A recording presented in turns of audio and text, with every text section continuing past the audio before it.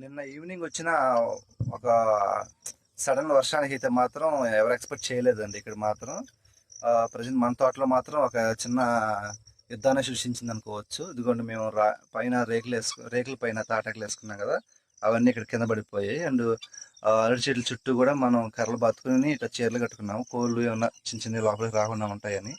అవి కూడా మొత్తం పడిపోయాయి. కూరగాయల చెట్లు అయితే బెండకాయ చెట్లు వరకు కొన్ని ఇరిగిపోయినాయి, కొన్ని బాగానే ఉన్నాయి. ఈ బీరకాయ చెట్లు కానివ్వండి అన్ని ఆల్మోస్ట్ మొత్తం కిందకే పడిపోయినాయి మొత్తం ఇక్కడ.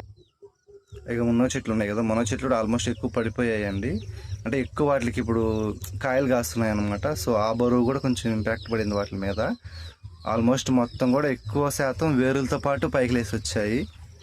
ఇదిగోండి ఇక్కడ కోడి ఉంది కదా, ఇది మనకు కొంచెం బాగా మంచిగా ఉంటుంది.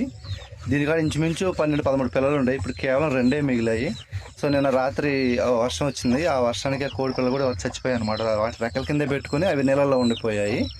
సో ఇవేమనుకుంటాయి, నేను మా పిల్లలు కాపాడుతున్నాను అనుకుంటాయి, కానీ ఆ రెక్కల కింద ఉంటాయి కదా, వాటికి గాలాడక నీళ్ళల్లో అవి చచ్చిపోయాయి అనమాట.